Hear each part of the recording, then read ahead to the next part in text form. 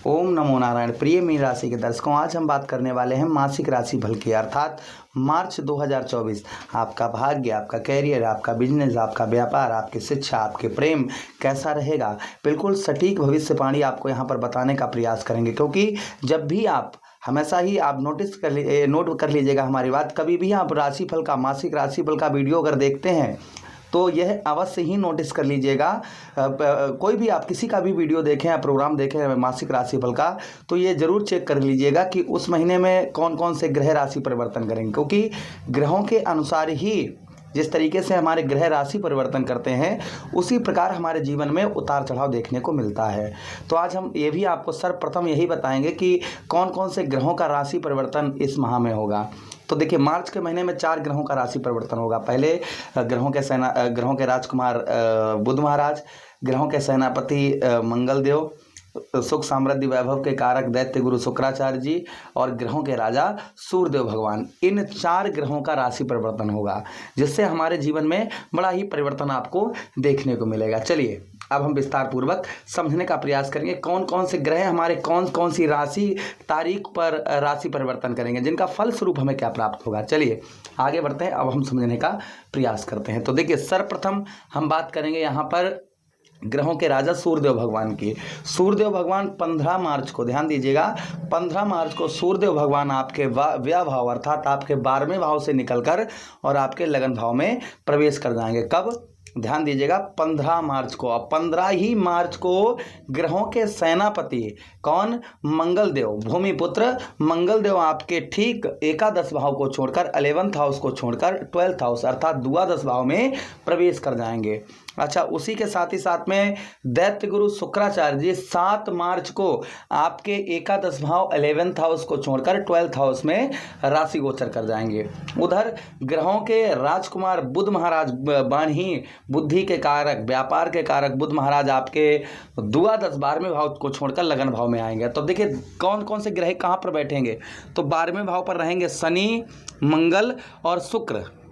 ध्यान दीजिएगा, शनि, मंगल और शुक्र। लगन भाव पर कौन रहेंगे? सूर्य, बुध और राहु महाराज।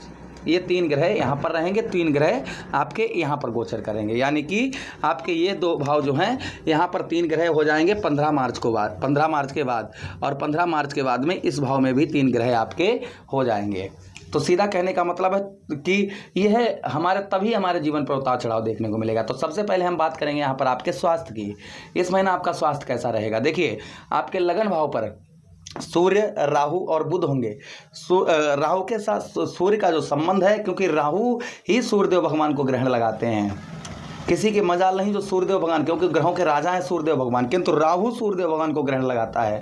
राहु क्या है? राहु के पास सर है, ये ऊपर का हिस्सा है, नीचे का धड़ नहीं है। तो यहाँ पर आपको शारीरिक कष्ट, परेशानी 15 मार्च के बाद में सर में दर्द वगैरह या आप थकान महसूस करेंगे।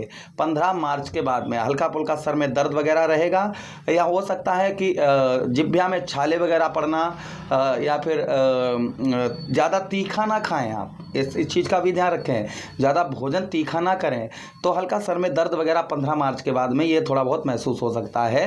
ओवर कॉन्फिडेंस, यानी ज़्यादा ओवर सोचना, ज़्यादा अपने आप को एकदम एनर्जी हिट रखना, ज़्यादा पावरफुल अपने आप को रखना, ऐसा भी आप लोगों के लिए ठीक नहीं रहेगा।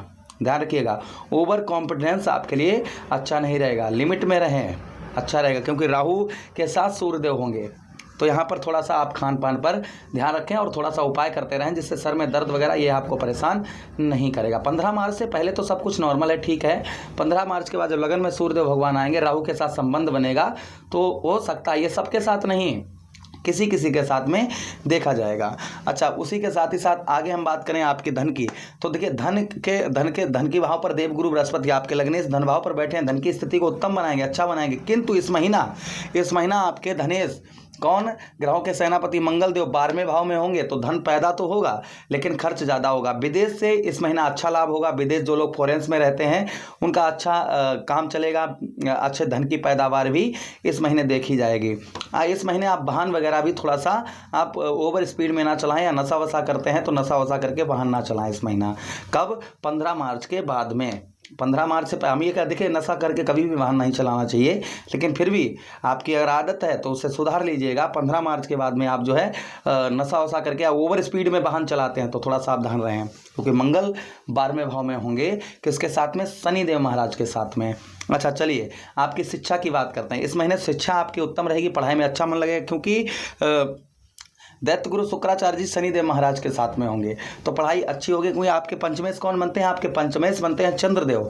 तो चंद्रदेव कहीं ना कहीं चंद्रदेव 2.25 दिन में राशि परिवर्तन कर जाते हैं, तो आपके पंचम भाव के स्वामी चंद्रदेव बनते हुए शुक्र कौन है? शुक्र सुख समृद्धि वैभव के कारक हैं। बुध कौन है? बुध ज्ञान के कारक हैं और साथ ही साथ में वाणी के कारक हैं। तो बुध लगन भाव में होंगे तो शिक्षा पढ़ाई अच्छी होगी आपकी। उसी के साथ ही साथ में लव लाइफ में एक तरह से डिमांड, यानी कि एक तरफ से अपनी जैसे एक तरफ से आपको ये देखने को मिलेगा कि सामने वाला आपसे अपनी कुछ डिमांड रखेगा, जिसके कारण आपका लड़ाई झगड़ा हो सकता है। कब? 7 मार्च के बाद में। हाँ, बाद में सब कुछ नॉर्मली हो जाएगा, बाद में जो भी है वो सब नॉर्मल हो जाएगा। अच्छा, उसी के साथ ही साथ आगे हम बात करते हैं आपके वैवाहिक जीवन, आपके दाम्पत्य वैवाहिक जीवन की। तो देखिए, वैवाहिक जीवन के लॉर्ड कौन बनते हैं? वैवाहिक जीवन के स्वामी बनते हैं बुध महाराज। बुध महाराज अभी 12वें भाव में है, तो लड़ाई झगड़ा आपका चल रहा होगा। नॉर्मली सी बात है कि पति पत्नी के बीच में थोड़ा बहुत हो सकता है तू में या किसी बात को लेकर एकदम से चिड़चिड़ाहटपन, बौखलाहटपन, ये हो सकता है, किंतु ये 7 मार्च के बाद सब समाप्त हो जाएगा, सब नॉर्मल हो जाएगा, क्योंकि बुध आपके लगन भाव में होंगे और बुध की 7वीं दृष्टि आपके 7वें भाव पर ही पड़ेगी। तो संभवतः यहाँ पर यही है कि जो चीज़ें, जो प्रॉब्लम समस्या हो रही थी पति पत्नी के बीच में, जो लड़ाई झगड़ा हो रहा था, संभवतः ही वह आपका दूर होता हुआ नजर आएगा। अच्छा, उसी के साथ ही साथ में पार्टनरशिप में अच्छा लाभ करवाएंगे। राजनीतिक क्षेत्र में इस महीना आपके मान सम्मान होगा। अच्छा, उसी के साथ भाग्य की बात करते हैं। तो देखिए, आपके भाग्य के स्वामी कौन बनते हैं? आपके भाग्य के स्वामी बनते हैं आपके मंगलदेव। मंगलदेव कहाँ पर विराजमान हैं? आपके भाग्येश कहाँ पर हैं? आपके भाग्येश आपके 12वें भाव में रहेंगे। 15 मार्च तक तो भाग्य का साथ उत्तम रहेगा, अच्छा रहेगा। बहुत सारे काम 15 मार्च से पहले आपके बन सकते हैं। 15 मार्च के बाद में आपको भाग्य की ओर कदम बढ़ाने की आवश्यकता रहेगी। भाग्य की ओर कदम बढ़ाएंगे तभी आपको सफलता प्राप्त होगी, यानी कि कर्म मेहनत थोड़ी सी ज़्यादा करनी होगी। अच्छा, उसी के साथ ही साथ आगे हम बात करें आपके बिजनेस व्यापार की। आपके बिजनेस व्यापार के स्वामी कौन बनते हैं? आपके लग्नेश। कौन? देवगुरु बृहस्पति। देवगुरु बृहस्पति की 9वीं दृष्टि आपके ठीक 10वें भाव पर पड़ रही है। देखिए, 1 2 3 4 5 6 7 8 9 9वीं दृष्टि आपके कहाँ पर पड़ रही है? आपके 10वें भाव पर। यही कुंडली का कर्म क्षेत्र है, बिजनेस व्यापार का भाव है। तो देवगुरु बृहस्पति उत्तम स्थिति में है, अच्छी स्थिति में है, तो संभवतः ही इस महीने आपके बिजनेस व्यापार में ग्रोथ होगा, आर्थिक स्थिति मजबूत होगी। और उसी के साथ ही साथ में मानसिक जो आपका जैसे कहते हैं ना, रुका हुआ पैसा, फंसा हुआ धन, ये कहीं ना कहीं आपका इस महीने रिकवर होगा।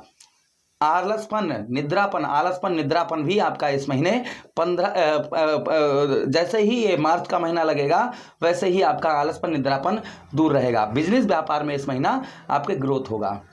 चलिए, बिजनेस व्यापार में ग्रोथ क्यों होगा? पता है कि देवगुरु बृहस्पति की उत्तम अच्छी स्थिति हो रही है, डिग्री अच्छी हो रही है, क्योंकि अभी तक तो देवगुरु बृहस्पति आपको उत्तम फल, अच्छा फल नहीं दे पा रहे थे पूर्ण तरीके से, किंतु अब जो है मार्च के महीने, मार्च अप्रैल और 3 मई को देवगुरु बृहस्पति राशि परिवर्तन कर जाएंगे, आपके ठीक साहस भाव में आ जाएंगे। उससे पहले ही देवगुरु बृहस्पति इस महीने से ही आपके ऊपर प्रभाव अपना डालना शुरू कर देंगे। जो जितना लॉस हुआ है वह आपका निकलवाना, जो भी लॉस हुआ है वह आपका रिकवर करना शुरू कर देंगे। चलिए, उपाय की बात करते हैं। देखिए, आप बिजनेस व्यापार के लिए देवगुरु बृहस्पति का ही उपाय करें। क्या?